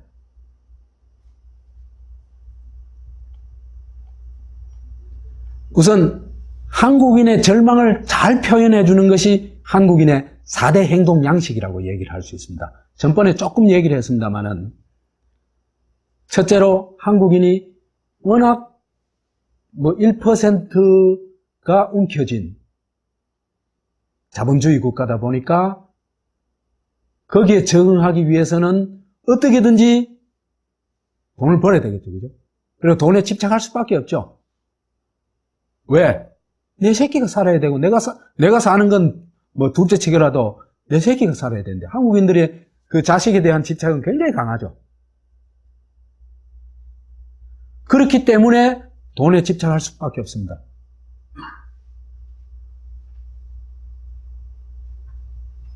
그러다 보니까 돈지랄 하는 사람도 제법 많습니다. 대표 돈지랄 하는 사람이 누굽니까? 야구 방망이로 최철머식이라고 야구 방망이로 운전기사, 무슨 운전기사더라? 트럭 운전기사를 불러다가 두드려 패고 돈 던져준 사건이 있죠. 그죠? 그러니까 이 사람들 눈에는 돈이면 다 해결되는 거, 돈이면 무슨 짓이든지 다 할 수 있는 거로 생각을 하는 겁니다. 그 다음에 돈 관련 범죄가 넘쳐나고 있죠, 지금. 그죠? 정말 이루 말할 수 없는 잔인한 돈 관련 일들이 일어나고 있죠, 그죠? 그 다음에 기회만 닿으면 이민 가겠다는 사람이 지금 한 15년 이상, 한 20년 가까이 됐을 거예요. 20년 이상 50% 넘고 있어요. 계속. 그 다음에 출산 거부 얘기했었죠. 그죠? 출산 거부. 이게, 사실은 굉장히 심각한 체제 저하이다 하는. 나는 이 더러운 나라에 어쩔 수 없이 살지만은 이런 나라에 내 새끼 살고 하고 싶진 않아다. 그런 심리가 바탕에 쫙 깔려 있어요. 그 다음에 자살도 압도적 이제 한국 1위를 하고 있죠. 그죠? 그런데 이 4대 행동 양식에 들어가 있는 절망이라는 것을 우리가 좀 더 깊이 들여다볼 필요가 있습니다. 절망의 심리학을 한번 파헤쳐 보자. 절망이라는 건요, 감성이 살아있을 때 절망을 합니다. 그렇죠, 그죠? 무지무지한 공포 앞에서는 감성이 어떻게 돼요? 감성마저도 죽어버리고 공포감밖에 없죠. 그 공포감도 일정 시간 지속하게 되면 없어져 버립니다. 그래가지고 아까 우리가 인간이 본성까지 빼앗겨버리는 과정을 봤죠, 그죠? 그렇죠? 그러면은 지금 이 절망을 느끼는 사람들은 감성이 풍부하게 살아있다는 얘기입니다. 네. 뿐만 아니라 절망을 느낀다는 건 합리적으로 나름대로 판단을 하고 있다는 거죠. 그죠? 정말 이런 일이 다반사로 벌어지는 나라에서는 정말 뭐가 제대로 되기가 어렵다. 이런 판단을 내리고 있다는 겁니다. 그건 뭡니까? 이성을 가지고 있다는 얘기입니다. 그러니까 우리 사회에 절망을 느끼고 있는 사람들이 그렇게 많다는 것은 우리 사회 사람들이 독재 정권 사회에서 빼앗겼던 감성과 이성을 회복했다 이 얘기입니다. 이게 엄청난 변화입니다.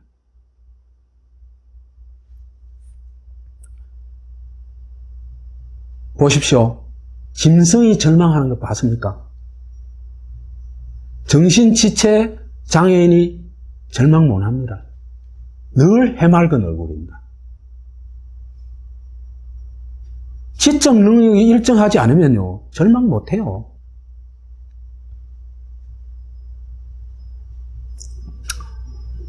그래서 이렇게 볼 것 같으면은 절망을 하는 사람 자체가 굉장히 건강하다는 뜻이기도 하고, 왜 절망을 하느냐를 따져보면은 거기에서 또 균형을 발견할 수 있습니다. 절망을 하는 것은 어떤 열망이 있기 때문에 절망합니다. 열망이 없으면 절망을 안 합니다. 조국 해방이라는 열망이 있을 때 있잖아, 그죠? 일본 제국의 지배에 절망합니다. 그렇죠, 그죠? 일본 제국의 지배에 이거 좋은데? 이렇게 하면 절망합니까? 안 합니다, 그죠? 그러면은 이 절망을 하는 사람들의 마음 출발에 어떤 열망이 있었다는 겁니다. 그런데 그 열망이 이루어질 가능성이 안 보이니까 어떻게 해요? 절망한 거죠. 그죠? 그래서 이 나라를 뜨자. 아니면 나는 아기는 못 낳겠어. 도저히 그건 범죄야.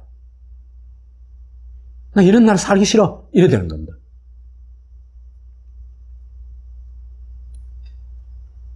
그래서 이제 요걸 이제 좀 더 좁혀가지고 한국 사람들이 이민을 가려고 하는 그걸 좀 더 절망감 속에서 이민을 가려고 하잖아요. 그죠? 그걸 좀 더 파헤쳐 볼 필요가 있습니다.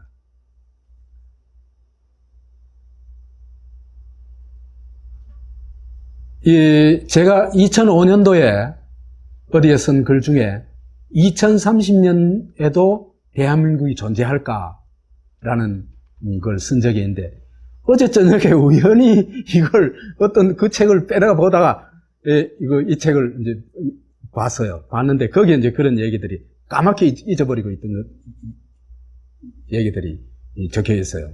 어떻게 적혀 있냐 하면은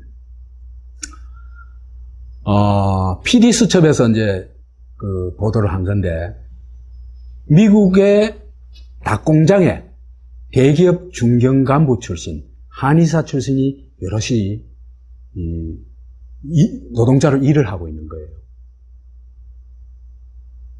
미국에서요, 제일 힘들고 천한 일이 닭공장 일이랍니다. 일 중에 하나가 닭공장 일이랍니다. 그러니까 대체로 그게 이제 히스패닉계, 중남미계 사람들이 이민 오려고 있잖아요. 거기서 2, 3년 일을 하면은 영주권을 줘요. 미국 시민권을 얻은 사람은 여기서 일 안 하려고 하니까. 우리나라 저 동남아 사람들한테 3D 업종 맡기는 거하고 비슷한 거죠. 그죠? 근데 여기 간 사람들이 한국에서는 아주 잘 나가는 사람들이라는 겁니다. 왜 이 사람들이 한국에서도 잘 나갈 수 있는데 그 닭공장에 가서 2, 3년 일해가지고 영주권을 얻으려고 할까? 왜 그럴까요?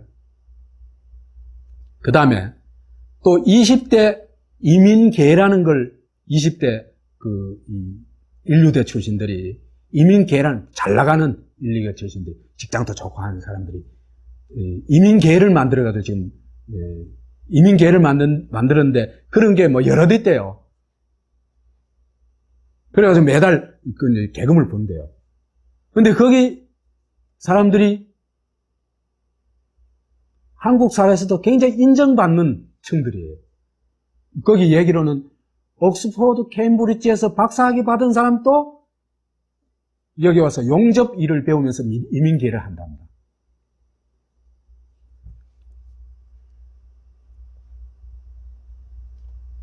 왜 이럴까?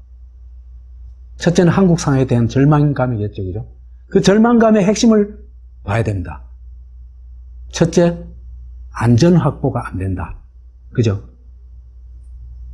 미래가 너무 불안정하다. 그 다음에 그렇기 때문에 좋은 나라로 바뀔 가능성이 없다. 이렇게 보는 겁니다. 그죠?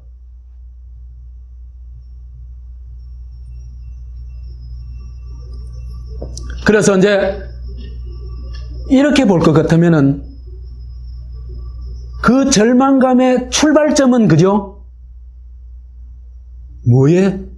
뭐였을까요? 좋은 나라에 대한 열망이었습니다. 이게 이제 엄청난 힘이라는 겁니다. 우리 한국인이 그러니까 외국의 그 민족주의가 이렇게 강한 나라가 그죠? 민족주의가 그죠? 세계에서 제일 강한 나라를 꼽으면 한국을 꼽을 수 있어요. 이런 나라가 이민 가겠다는 사람은 비난하는 사람이 없어요. 그건 무슨 얘기입니까? 한국인들이 좋은 나라에 사는 것을 최고의 과제로, 최고의 인생 목표로 여긴다는 겁니다. 동의할 수 있겠어요?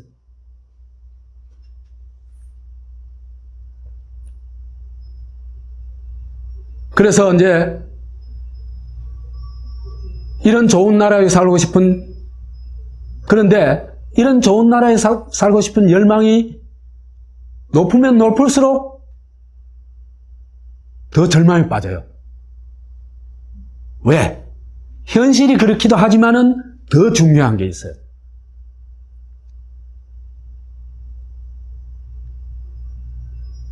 좋은 나라를 열망하면서도 좋은 나라를 공짜로 얻으려고 해요. 봤거든요. 독립운동한 사람, 좋은 나라를 위한, 그죠? 독립운동한 사람, 민주화운동한 사람, 노동운동한 사람, 어떻게 당하는지 다 봤거든요. 그죠? 그러니까 좋은 나라는 꿈꾸지만은 좋은 나라를 위해서 내가 나설 용기는 안 생기는 거예요. 왜? 현실 속에서 그걸 처절한 역사를 너무나 뼈저리게 봐왔기 때문에.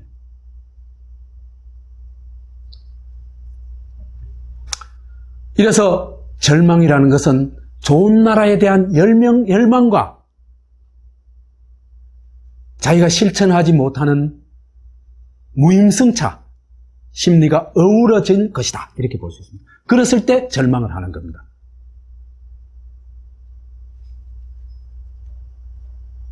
그래서 제가 전번 시간에 얘기했던 이상한 헌법을 가진 물구나무 선 나라를 좋은 나라로 바꿀 생각, 노력은 하지 않고 이미 만들어 놓은 좋은 나라에 살겠다고 하는 심리가 바로 이민 열망 심리입니다.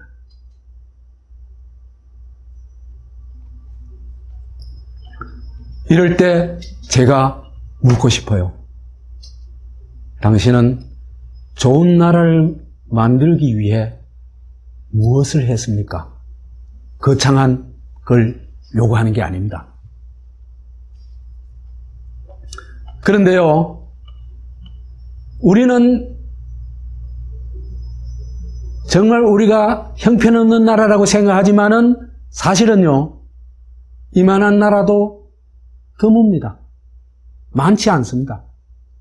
뿐만 아니라 우리도 모르는 사이에 좋은 나라를 만들 수 있는 에너지가 상당히 많이 축적되어 있습니다. 응축되어 있습니다. 그걸 발견하고 끌어내는 게 중요하다고 생각을 해요. 우선 봅시다. 아까 절망이 가지고 있는 인간학에 대해서 얘기를 했죠, 그죠? 감성과 이성을 회복한, 그야말로 짐승 같은 존재에서 인간으로 이제는 거의 회복됐다, 많이 회복됐다, 그 얘기를 했죠, 그죠? 천안함과 세월호에 관련된 여론조사를 봐도요, 이런 걸 확인할 수 있습니다. 천안함 5년 됐잖아요, 그죠? 얼마 전에 5년 5주기가 지났는데, 여론조사를 해보니까, 북한의 소행이라는 정부의 발표에 대해서 47.2%가 믿지 않습니다. 믿는 사람은 그보다 더 적어요. 37.9%입니다.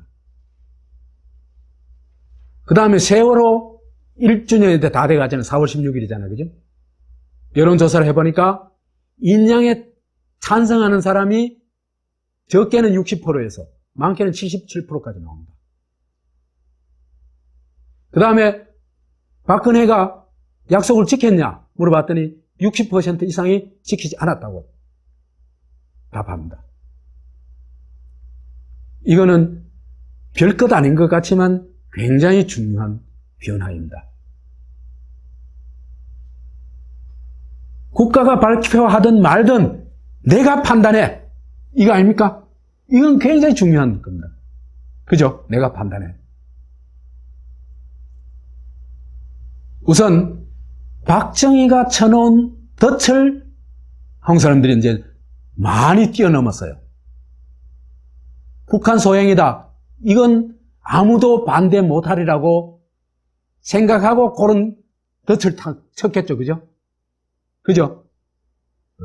북한 소행인데 누가 빨갱이 아니야? 너 정부가 아니야? 이래 나오거든요. 그죠?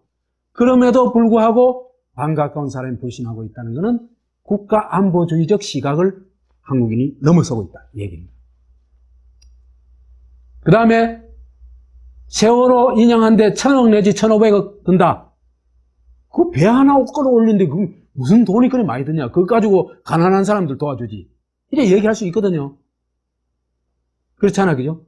그런데도 이렇게 많은 사람들이 인양해야 된다고 얘기하는 겁니다. 그거는 경제제일주의를 한국 사람들이 넘어서고 있는 겁니다.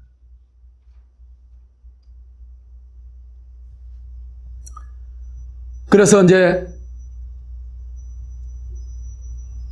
이렇게 됨으로써 반 이상 한국인이 문제를 이성적으로 판단하고 있다는 겁니다. 우리 사회가 그런 정도로 이제는 상당히 이제 사람들이 깨어났다. 이래 얘기를 할 수 있습니다. 그 다음에 한국 사람들은 이제 이기주의 때문에, 그죠? 이 조폭 체제가 되면 개인은 나름대로 이기주의로 갈 수밖에 없습니다. 왜? 살아남아야 되니까, 그죠? 살아남아야 되는데, 그 이기주의를 넘어서가지고, 이제는 국가의 발표도 신뢰하지 않고 뭘 요구하기? 진실을 요구하기 시작한 겁니다. 그 다음에 생명의 존엄성을 바라보기 시작한 겁니다. 세월호의 그 죽음을 절대로 그냥 넘어가면 안 된다.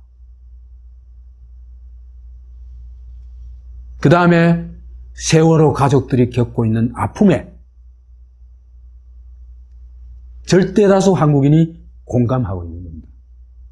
이거는 정말 세계적으로 빛나는 일입니다. 너무나 중요한 우리들의 자산입니다. 이렇게 공동체 의식이 우리도 모르는 사이에, 그죠? 이렇게 확산되어 있다.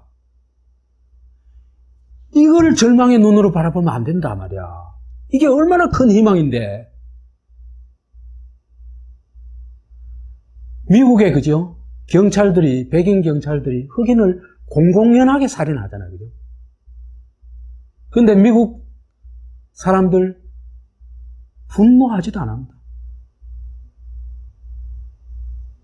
며칠 전에도 아예 뒤에서 총을 막 쏴대더니. 그러니까 한국 사회에서는 그죠? 있을 수 없는 일이에요. 그런 일. 한국 사회에서 그런 일이 있었다. 그죠? 정권 못 견딥니다. 단언합니다. 한국 사회에서 경찰이 공공연하게 뒤에서 총을 쐈다. 못 견딥니다.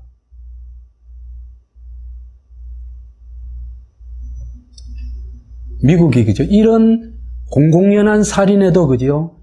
데모하면은 기껏 제일 많이 모인 게 워싱턴에서 전국에서 모인 게 10,000명입니다. 우리나라 세월호 집회 뭐 수없이 했는데 그죠? 많이 모일 때 50,000명씩 모입니다.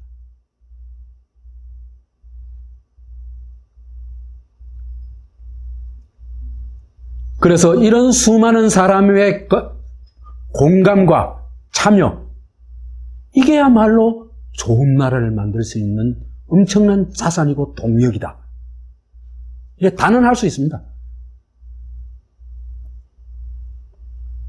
그 다음에 좋은 나라의 씨앗은 인간에 대한, 인간의 존엄성에 대한 이해입니다.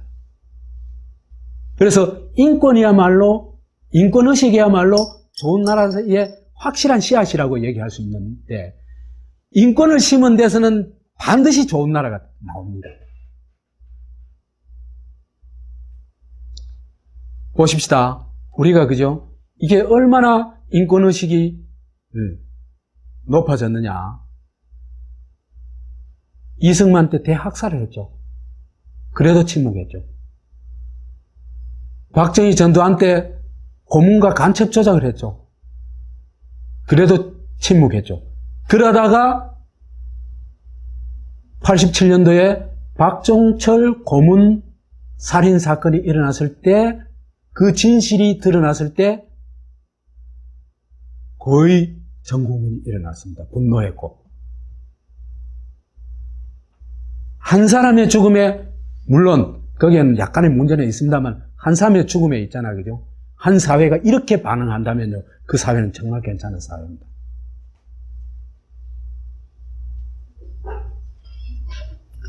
그 다음에 최근에 광우병 쇠고기 수입 반대 집회를 할 때 학생들이 이제는 자기 주장을 막 하기 시작하잖아요. 그죠? 그건 전번에 얘기했죠. 그 다음에 또 하나, 성추행이, 그죠? 이제는 우리 사회에서 용서할 수 없는 범죄가 되어 있습니다.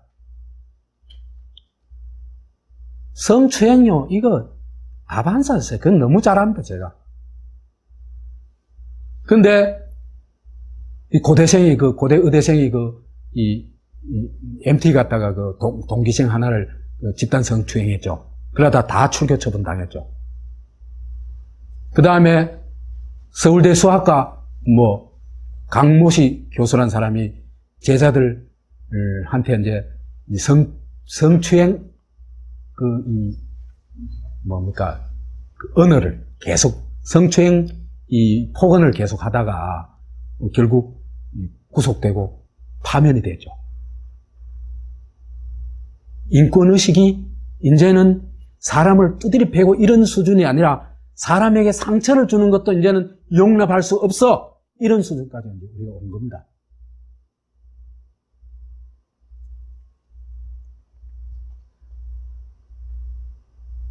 그 다음에 또 하나, 박근혜도 굉장히 중요한 역사적 역할을 하고 있습니다, 지금.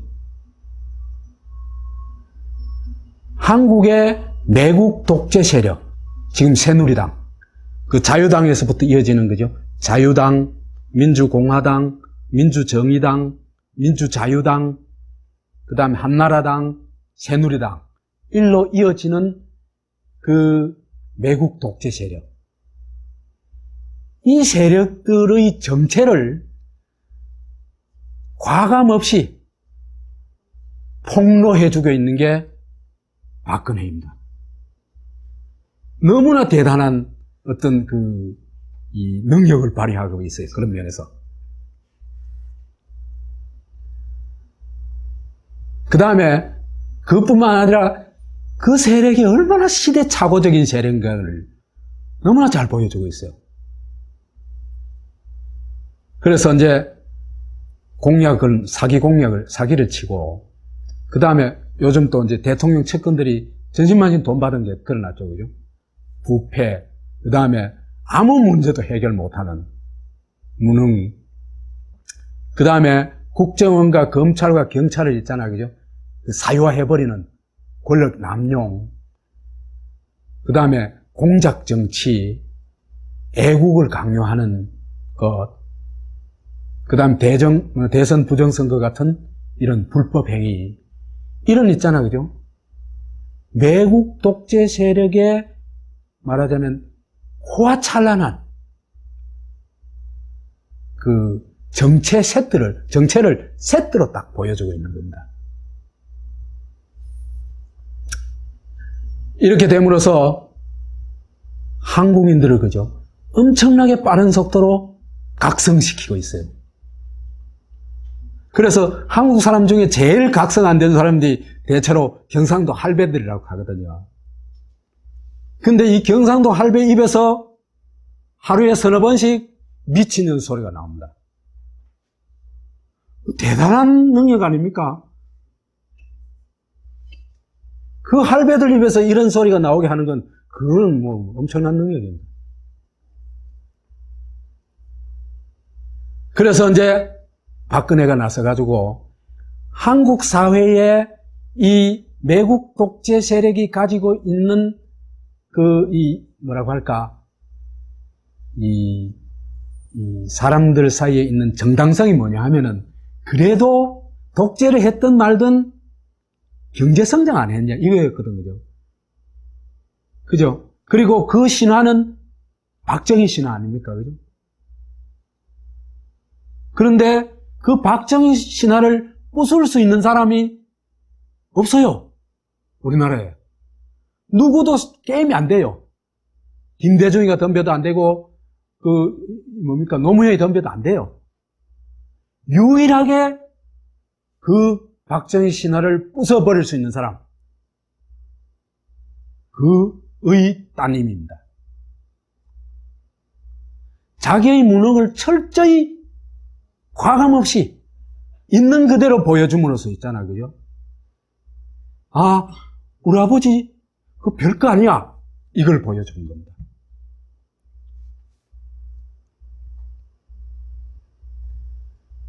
그 다음에 이렇게 함으로써 매국 독재 세력의 정치적 정당성을 그죠? 뿌리채 흔들어 뿐만 아니라 뿌리를 지금 뽑고 있습니다, 지금. 이게 얼마나 대단한 일입니까? 그래서 박근혜에게 나는 정말 뜨거운 박수를 요즘 매일매일 보내고 있습니다.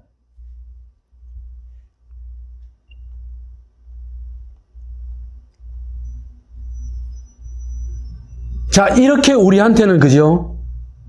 절망을 하고 있지만 사실은 엄청난 일들이, 좋은 나라로 가는 에너지들이 응축되고 엄청난 일들이 벌어지고 있는 겁니다. 이거는 절망의 신호가 아니고 희망의 신호입니다. 그리고 우리는요, 민주화 과정을 통해서 시대가 바뀌었습니다. 두목이 멋대로 하던 두목의 시대에서, 그죠? 이제는 자기 실력이 없으면 안 되는 스타의 시대로 바뀌었습니다. 각계에서, 그죠? 옛날에는 두목이 한마디 하면 그게 쫙 법이고 명령이고, 그죠? 그게 그대로 실현됐죠, 그죠? 거기에서 토달다가는 어떻게 됩니까? 작살나죠, 그죠? 이제는 거꾸로 되었습니다, 그죠? 여론이 좀 나쁘면 박근혜 어쩝니까? 눈물 질질 흘리죠. 그렇죠? 그때 여론조사에서 50% 나왔으면 절대로 눈물 못 흘립니다.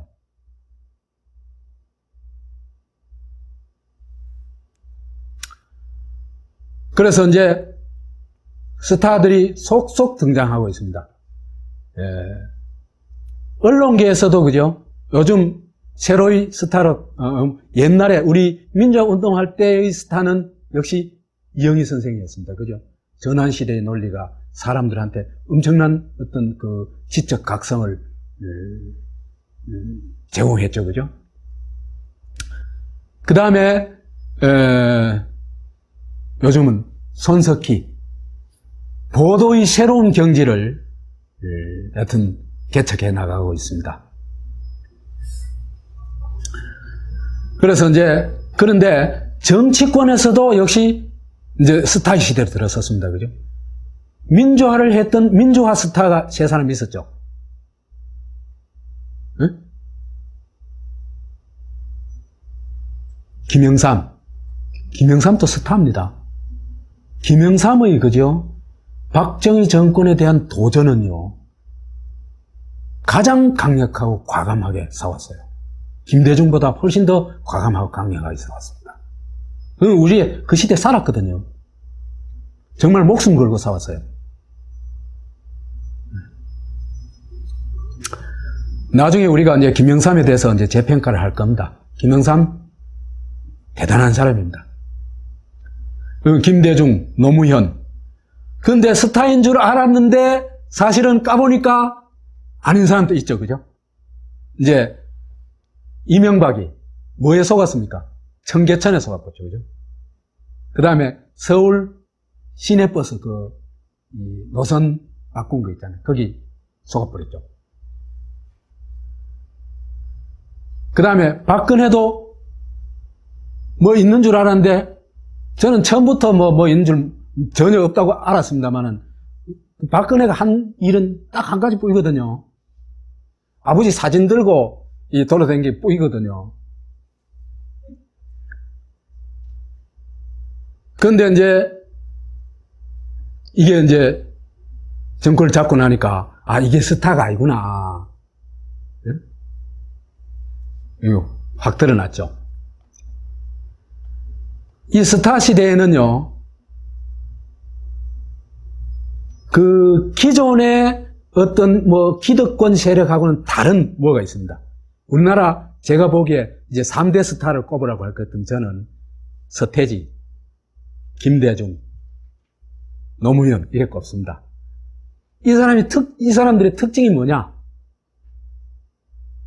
셋 다 대학 안 나오면 사람 취급도 못 받는 사회에서 고졸이라는 겁니다. 그렇기 때문에 우리 사회가 빠져있는 함정에서 빠져나와가지고 자기의 세계를 만들 수 있었습니다.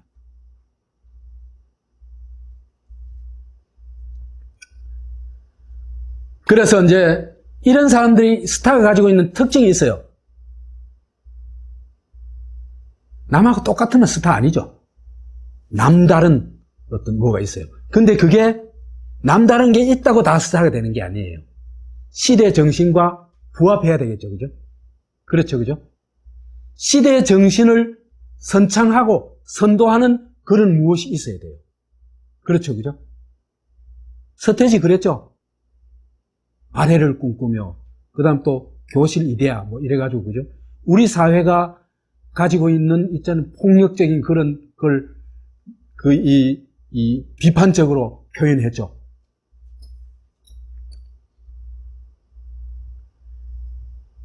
그 다음에 껍데기가 아니라 실력이 있다는 겁니다. 대중이 인정해 줄 만한 실력이 있어야 돼요. 노래 실력이 없으면서 스타가 된다. 그건 불가능해요. 기획사에서 아무리 만들어내도 그죠? 한 달은 갈지 모르지만 오래 못 가요. 그거는 금방 꺼져버려요.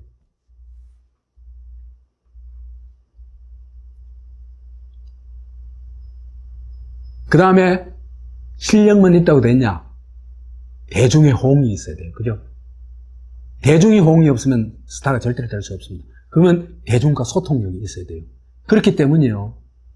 이 스타들을 볼 것 같으면 대중과 소통하기 위해서 굉장히 노력들을 많이 해요. 어느 쪽 스타든 간에. 내노라 이렇게 하면요, 그 스타 자격 없습니다. 그죠? 이거는 나만 아는 거야. 이렇게 하면 스타 자격 없습니다. 대중과 호흡할 수 있어야 돼요. 그런데 이런 스타는 누가 만든다? 스타 스스로도 그런 세 가지 실력이 있어야 되겠지만은 그걸 만들어주는 거는 대중입니다. 대중이 힘이 없으면 절대로 스타가 될 수가 없습니다. 그래서 이런 얘기를 할 수 있습니다. 국가 조폭 시대에는 매 앞에 장사 없으니까 그거 꼼짝 못했죠. 그죠? 그 다음에 자본 조폭 시대에는 돈 앞에 장사 없으니까 구실대고 거기 여튼 종처럼 그래야 돼요. 안 그러면은 올라갈 수가 없습니다. 우선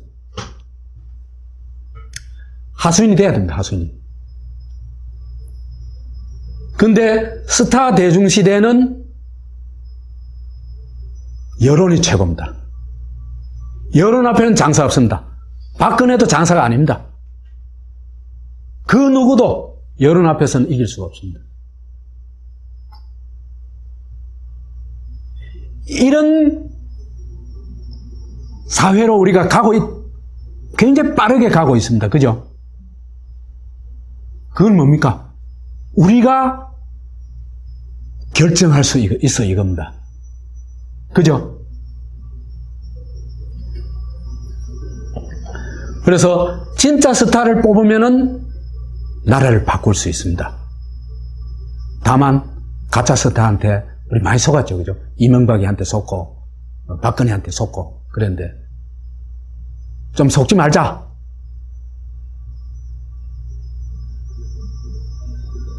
그래서 이제 여기서 이름은 거론 안 할게요. 그러면은 누가 정말 품위 있는 민주공화국, 대한민국을 만들어낼 수 있는 자질과 비전과 능력이 있느냐? 우리 대중이 이걸 제대로 판가름해내야 됩니다. 그리고 그걸 제대로 검증을 해야 됩니다. 제가 볼 때는 제 눈에는 세 사람이 보입니다. 한 사람은 말하자면 조폭 자본주의를 혁신할 수 있는 사람. 제 눈에 한 사람 보입니다. 그 다음에 조폭 학교를 혁신할 수 있는 사람. 이것도 한 사람 보입니다. 그 다음에 군림하는 정부, 부패한 정부, 공작 정치하는 정부, 이런 정부가 아니라 진정으로 민주정부, 능력 있는 정부를 만들 수 있는 사람도 한 사람 보입니다. 누구인지는 우리 차차 같이 공부해 갑시다. 자, 그러면은 이런 우리가 조건이 된다면은 이미 이제는 우리가 결정할 수 있는 그런 여건이 됐다면 우리가 노력하기 따라서는 독일이 30년 만에 했다면 빨리빨리 민족, 우리는 그죠? 10년 만에도 할 수 있습니다. 저는 그거 확신해요. 우리의 역사의 변화 속도를 보면요. 다른 나라가 300년 걸려가지고 할 걸 우리는 60년 만에 했습니다. 얼마든지 할 수 있습니다. 그래서 작은 실천이 이런 좋은 나라를 만들어낼 수 있다. 이렇게 말씀드리고 싶습니다. 좋은 나라는요, 혁명을 통해서 얻어지는 게 아닙니다. 왜요? 혁명을 해도 사람이 잘 안 바뀌어요. 그죠? 혁명이 더 나쁜 나라를 만드는 경우도 참 많습니다.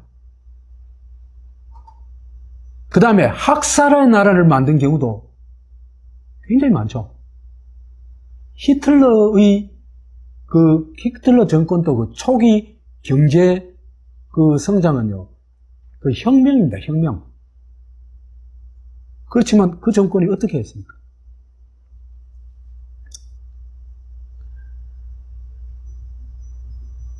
그런 코스보다는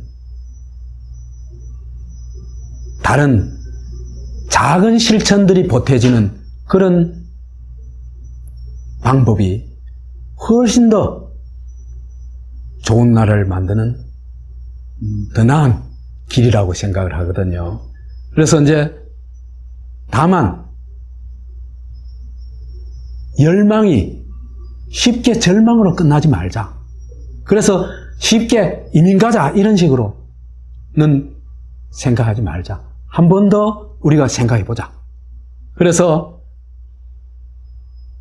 이 열망이 좋은 나라에 대한 열망이 그죠? 작은 실천으로 이어지면요. 그게 굉장한 힘을 발휘합니다. 첫째는요. 작은 실천이 나를 변화시킵니다. 이게 제일 중요합니다. 무슨 말이냐 하면은 사회의 주인으로서의 생각이 아니죠. 절망은. 그죠? 사회에 참여하는 사람의 생각이 아니죠. 그렇죠? 관망자로서의 생각입니다. 그런데 내가 사회에 참여하는 사람으로 우리 사회의 주체로서 나는 이제는 일어서게 되는 겁니다. 이 과정이. 이게 정말 중요한 의미가 있습니다. 뿐만 아니라 이 개개인의 힘들이 작은 좋은 나라들을 만들어냅니다. 좋은 서클, 그죠? 좋은 봉사단체, 그 좋은 이웃, 이런 걸 만들어낼 수 있습니다. 그걸 통해 가지고 이런 힘이 좀 어떤 국면에서 모아졌을 때 좋은 나라를 만드는 에너지로 폭발할 수가 있습니다.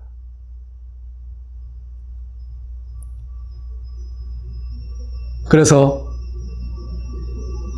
작은 실천이 나, 이웃, 나라를 다 바꿀 수 있다. 이런 얘기를 꼭 마지막으로 강조하고 싶습니다. 고맙습니다.